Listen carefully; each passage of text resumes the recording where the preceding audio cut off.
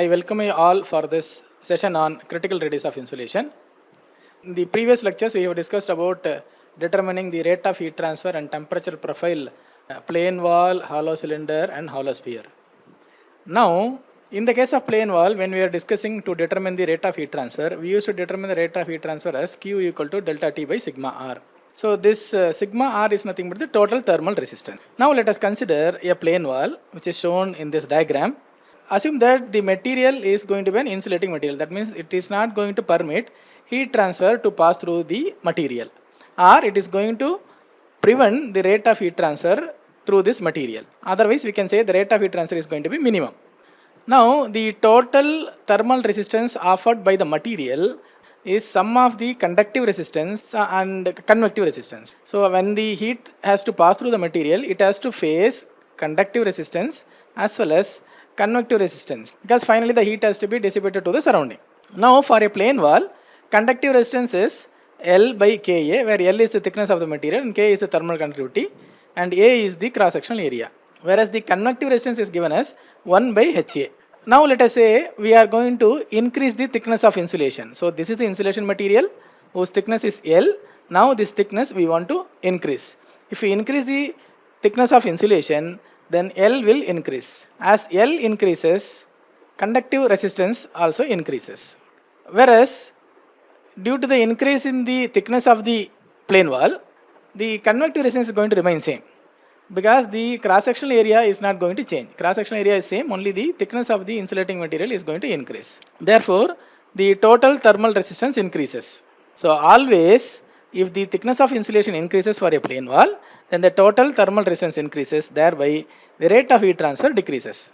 As the total resistance increases, the rate of heat transfer decreases.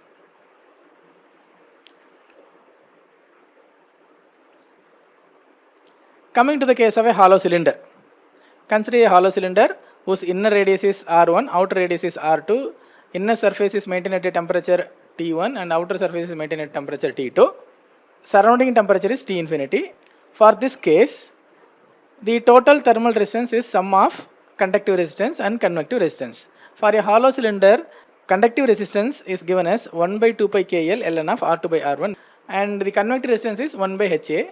And A is the surface area that is exposed for convection, which is 2 pi RL, whereas this term refers to the conductive resistance.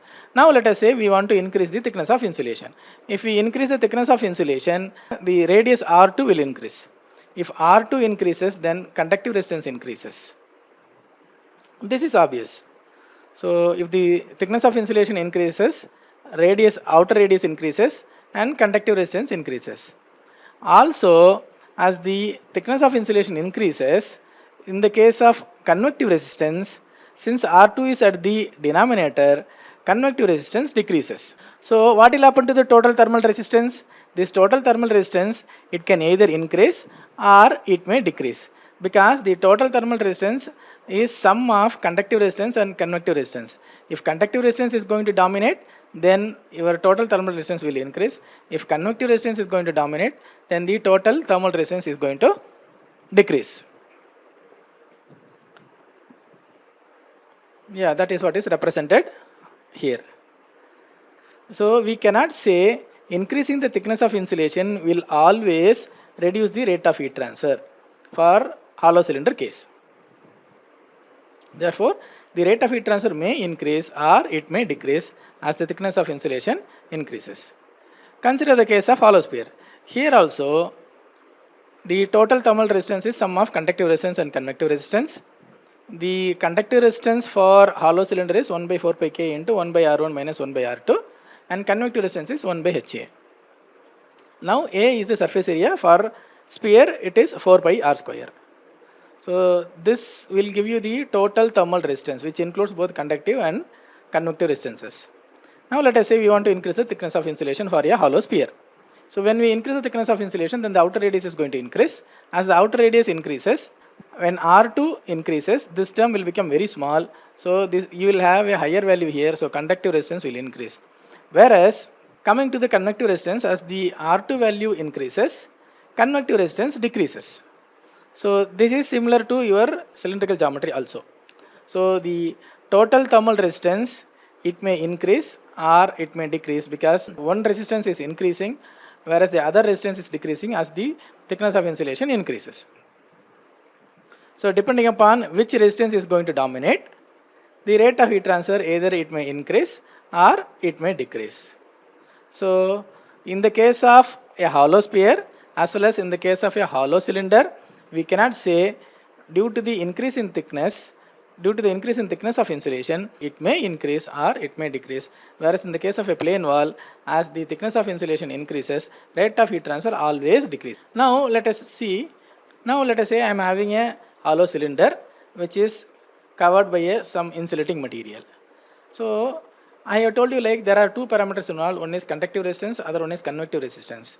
Now let us say as the insulation thickness increases, the outer radius of the cylinder is going to increase. Outer radius of the cylinder or sphere is going to increase. So as the conductive resistance, if it is going to dominate, then the rate of heat transfer increases. As the radius increases, rate of heat transfer increases and it reaches a maximum value. Beyond this point, then the conductive resistance is going to dominate. So as the conductive resistance starts to dominate, the rate of heat transfer is going to decrease as the insulation thickness increases. So therefore, we have to consider which resistance is dominating, whether it is conductive resistance or convective resistance. So the radius at which the rate of heat transfer is maximum, that we call it as critical radius of insulation. That means beyond this, if the radius of the cylinder or the sphere is lying in this region, beyond this if we increase the thickness of insulation, then definitely rate of heat transfer will decrease. Whereas let us say if the radius of the cylinder or sphere that is being considered is lying in this region, beyond this if you are going to increase the thickness of insulation, what will happen is your rate of heat transfer will increase. So to determine the critical radius of insulation, for a cylinder it is given as K by H. For a sphere it is given as 2K by H. Now we will determine a derivation to determine the critical thickness of insulation for both cylinder and sphere. Let us consider a hollow cylinder case.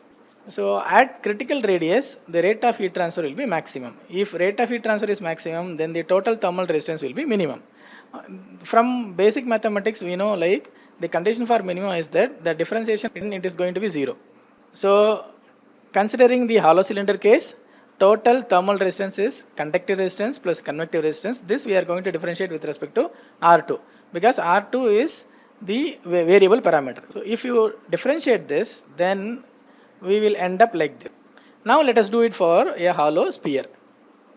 So at critical radius, the rate of heat transfer is maximum. That means your total thermal resistance is minimum. For the thermal resistance to be minimum, if you differentiate this, then it should be equal to 0. So differentiating this with respect to outer radius R2, because R2 is the variable here, then we will get critical radius which will end up like 2K by H. So what is the takeaway from this? If you are going to have an insulator, so with reference to the heat transfer, materials are classified like conductors and insulators. When I say insulating material, then it will not allow heat to pass through, or it will reduce the rate of heat transfer. That is what we call it as an insulator.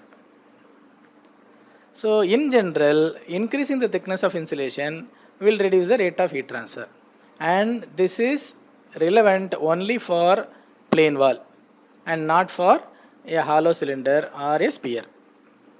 So in the case of a hollow cylinder or a sphere, increasing the thickness of insulation will not guarantee the decrease in rate of heat transfer, because this rate of heat transfer may increase or it may decrease. The radius at which the rate of heat transfer is maximum, we call it as critical radius of insulation. Beyond the critical radius of insulation, if you are going to increase the insulation thickness, then the rate of heat transfer decreases. Let us meet you all in the next lecture. In the next lecture, we are going to discuss about 1D steady state conduction with internal heat generation. Dear students, thank you for viewing this lecture.